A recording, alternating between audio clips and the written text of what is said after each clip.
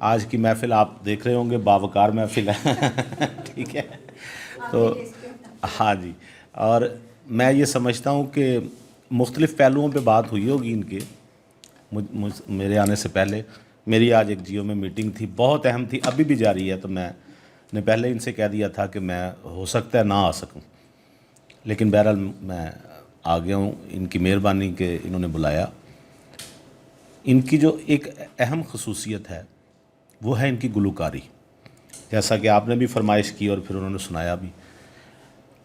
یہ دھنیں بھی بنا لیتی ہیں، یہ آپ میں سے بہت کم لوگوں کو پتہ ہوگا. اچھا، چونکہ میرا ہے ذرا میوزک سے، شانی صاحب بہت کم لوگوں کو پتہ ہے، تو میرا میوزک سے بہت گہرا تعلق ہے، اور میڈیا میں ہونے کی وجہ سے ہم ویسے بھی ذرا میوزک کے قریب رہ رہے تھے. تو میں نے جب ان کی کچھ دھنیں سنی تو ان سے میں نے پوچھا کہ یہ آپ نے خود بنائی ہیں؟ انہوں نے کہا جی ہاں. میں نے کہا آپ کو کوئی راگ کا راگنی ٹھاٹھ کوئی میوزک کے حوالے سے، موسیقی کے حوالے سے علم ہو؟ تو انہوں نے کہا جی مجھے تو نہیں ہے. تو یہ ایک اور خودآداد صلاحیت ان کی سامنے آئی کہ میوزک کا علم نہ ہونے کے باوجود یہ سر میں ہیں، اور سر میں ہی دھن اور راگ. ان کو بہت سارے ایسے لوگ ہیں جن کو نہیں پتہ ہوتا کہ وہ جو دھن بنا رہے ہیں وہ کس راگ میں ہے، یا راگ کسی اور راگ کے ساتھ ٹچ ہو جاتا ہے، یا راگ میں مختلف راگ مل جاتے ہیں، لیکن بہرحال دھن اچھی لگتی ہے. تو ہم طفیل نیازی صاحب کو دیکھتے ہوتے تھے جن کو ہم کہتے تھے وہ غیر سر لگاتے ہیں. شانی صاحب جب وہ طفیل نیازی صاحب گاتے تھے تو وہ غیر سر لگاتے تھے، جس پہ کچھ لوگوں کو اعتراض ہوتا تھا، موسیقی کے جو ماہرین ہیں، بٹ وقت نے ثابت کیا کہ اس کی اپنی خوبصورتی تھی. تو یہ جب کوئی دھن بناتی ہیں یا یہ ترنم سے پیش کرتی ہیں تو مجھے وہ پرانے دور کے شعراء یاد آ جاتے ہیں. اس دور میں وہ کہا کرتے تھے کہ جو شخص ترنم سے پیش نہیں کرتا اس کو شاعری سٹیج پہ نہیں سنانی چاہیے، کیونکہ اپنا کیا اسے کہیں گے جی، تحت اللفظ سنانے سے نثر ہو جاتی ہے. تو ان کی خوش قسمتی ہے کہ اللہ تعالیٰ نے انہیں خوش الحان بھی بنایا ہے، اور خوش شکل تو ہیں ہی ماشاءاللہ. اور شاعری کے حوالے سے میں نے چونکہ ان کی کتاب متعدد مقامات پر، میں میرا خیال ہے 3 جگہ تو ان کی کتاب کے حوالے سے میں گفتگو کر چکا ہوں، وہی رپیٹ ہو جائے گی. لہٰذا مجھے پتہ نہیں آپ نے سنا ہے یا نہیں، پنجابی کا ان کا ایک کلام ہے. آپ نے سنایا وہ پنجابی والا؟ یہ جو لاسٹ تھا، ہم چھا نہیں کرتا نہیں، مجھے تو یاد نہیں ہوگا نا سارا، تو وہ آپ سے ہی سن لیتے ہیں، دوبارہ آپ کو بلا لیں، ترتیب ٹھیک ہو جائے گی پھر. یعنی آپ ہیں، پھر آپ کے بعد آ جائیں گی آپ. خالد ندیم شانی صاحب کو میں بہت پسند کرتا ہوں. یہ ان کی غزل، ایک دفعہ میں نے کہیں، میرا خیال ہے شاید سرگودا یونیورسٹی کی ایک تقریب تھی، تو وہاں میں نے ان کی وہ جو ہے غم زیادہ ہیں لفافے میں نہیں آئیں گے، مجھے نہیں پتہ تھا کہ یہ ان کی ہے. تو میں نے وہاں کسی اور شاعر کا نام لے کے میں نے کہا میرا خیال ہے ان کی ہے، تو وہ میں نے سنائی تھی، تو وہاں بڑی داد ملی. لیکن جب مجھے پتہ چلا تھا کہ وہ شانی بھائی کی ہے تو مجھے بڑا افسوس ہوا. تو لیکن میں نے ان سے کہا، میں نے کہا جی مجھ سے غلطی ہوئی ہے. یونیورسٹی کو میں نے بتایا، میں نے کہا جی مجھ سے غلطی ہوئی ہے. اس پروگرام میں وہ جو غزل میں نے پیش کی تھی وہ خالد ندیم شانی صاحب کی تھی. انہوں نے کہا جی ہم نے وہ جن کا آپ نے نام لیا تھا ان کو ہم نے بتایا کہ آپ کی غزل نخیس صاحب نے یہاں پیش کی، تو وہ بڑے خوش ہوئے. انہوں نے کہا تھینک یو، یعنی انہوں نے بھی اعتراض نہیں کیا. ٹھیک ہے، تو مجھے بھی شک ہوا، میں نے کہا پتہ نہیں شانی صاحب نے کوئی واردات تو نہیں ڈال دی. یہ ہمارے ان شعراء میں شامل ہیں جن کو ہم کہتے ہیں جی زندگی سے جڑی ہوئی شاعری کرتے ہیں. میں جہاں جہاں ان کا کوئی شعر سناتا ہوں یا ان کا کوئی مشاعرہ یا یوٹیوب پہ کوئی چیز دیکھتا ہوں تو میں حیران رہ جاتا ہوں کہ یہ کیا کمال کا خیال ہے. تو ہمارے نثر میں بھی یہی ہوتا ہے کہ ہم کہتے ہیں کہ یار موضوع نیا لیں، موضوع نیا لیں. جس طرح شاعری میں خیال نیا ہے، اس طرح نثر میں بھی خیال موضوع کی شکل میں ایک نیا ہوتا ہے. آپ حمیدہ شہین آپا، ان کا تو خیر جواب ہی نہیں. یہ تو ماشاءاللہ ہماری، ہم تو ان کو نسائی شاعرہ کہتے ہی نہیں ہیں. ہاں، یہ شاعری کا سمندر ہیں. اور بے شک کچھ شعر ایسے ہوتے ہیں جس طرح ہم کہیں نا کہ جی فلاں شخص جو ہے وہ شیو کرتا ہے، یہ خاصیت تو صرف مردوں کے ساتھ مخصوص ہے. اس طرح آپا کے کچھ شعر ایسے ہیں جن کو ہم کہہ سکتے ہیں کہ یہ خاتون کے علاوہ کوئی نہیں کہہ سکتا. یہ شعر ان کے ساتھ مخصوص ہیں. وہ تکیے کے نیچے وہ پستول والا جو شعر ہے آپ کا، اب یہ مجھے بتائیں، یہ ایسا اگر آپ نے نہیں سنا تو آپ آئیں گی تو میں ان سے گزارش کروں گا وہ سنا دیں ایسے شعر. اور پھر وہ خصوصاً کبھی کبھی لگتا ہے کہ یہ فیمنسٹ ہیں، تو مجھے خوشی ہوتی ہے، میں تو خود فیمنسٹ ہوں. میں تو خود اس بات کا قائل ہوں کہ خواتین کو ان کے حقوق ملنے چاہیے, ان کو بھی آزادی ملنی چاہیے. بٹ میرے نزدیک آزادی یہ نہیں کہ مجھے ہر کام کرنے کی آزادی ہو. آزادی یہ ہے کہ میں جو کام نہیں کرنا چاہتا وہ مجھے نہ کرنے کی آزادی ہو. تو ہر کام تو میں نہیں کر سکتا اور نہ مجھے کرنا چاہیے, کچھ لمیٹیشنز ہوتی ہیں. تو آپ ماشاءاللہ ہماری ان شاعرات میں شامل ہیں جن کا نام میں نے پاکستان سے باہر بھی سنا, جو سنجیدہ طبع, نہایت نفیس اور مدلل اور نئے خیال کے ساتھ شاعری کرتی ہیں. اور وہ شاعری ایسی ہے جنہیں سن کے احساس ہوتا ہے کہ ہمارے ملک میں خواتین جو ہیں وہ کہیں آگے ہیں مردوں سے شاعری کے معاملے میں.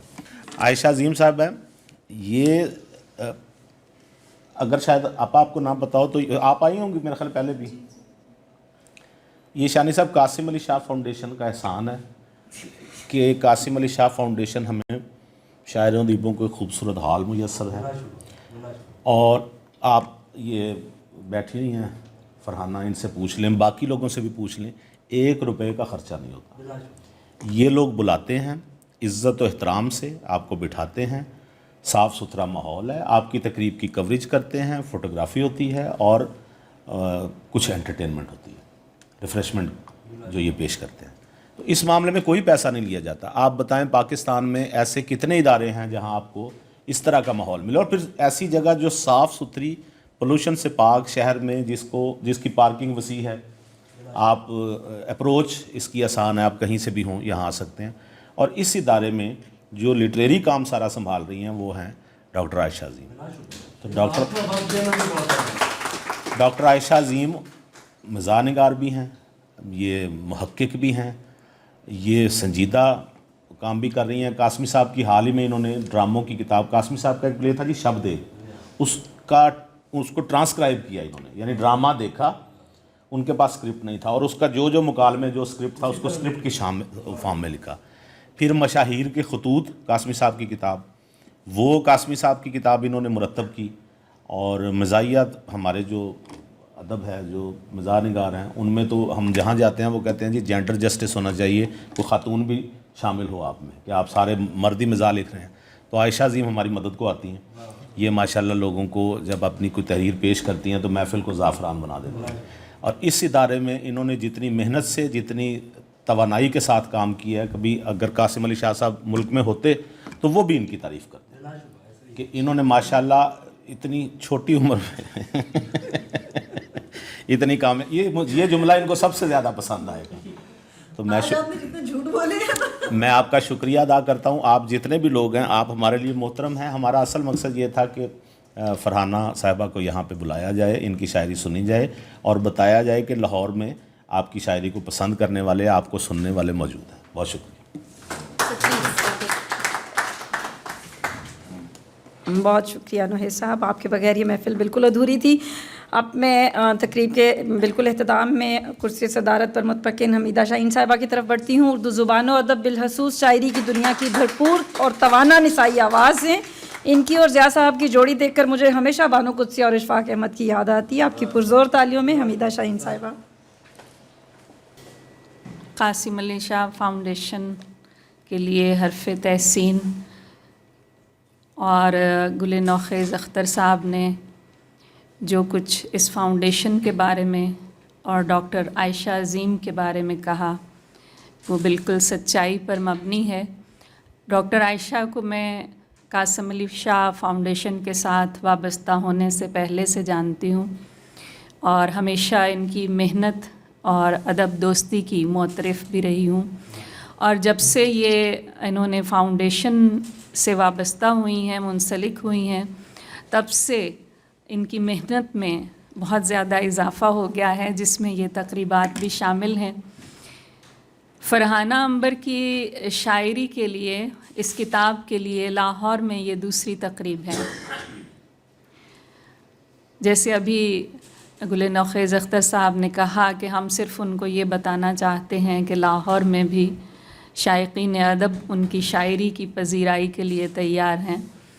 تو بے شک ایسا ہے, اس لیے کہ فرحانہ اس پذیرائی کی مستحق ہیں.